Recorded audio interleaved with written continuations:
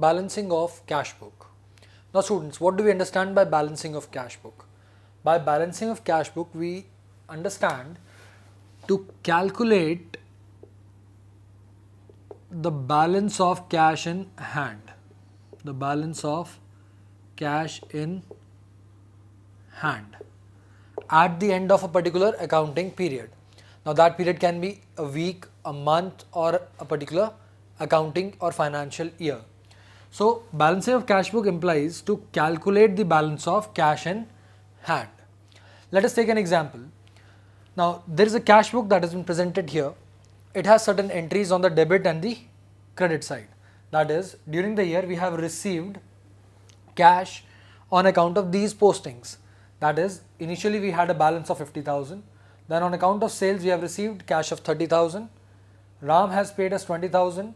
Vijay has paid us 1 lakh. Similarly, we have made payment for purchases to the account of 30,000 rupees and paid Nikhil rupees 20,000 rupees. Now, how do we find the balance? In this case, we will total out the debit side first.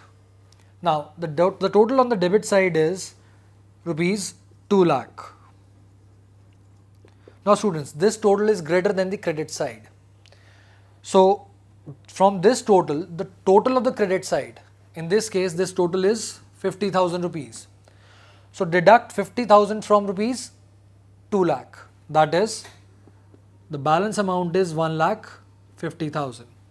So this would be what we have balance of cash in hand at the end of this month. So this month ends on 31st January. We'll write by balance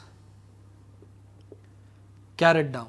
Now carried down implies that this balance amount would be carried down to next month. So CD implies carried down. So total it out, 2 lakh rupees. Make sure that both the totals are in the same line.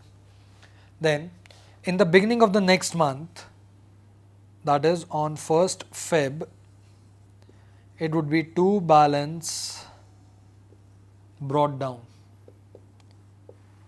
1 lakh 50,000. So this balance would now be the opening balance for next month.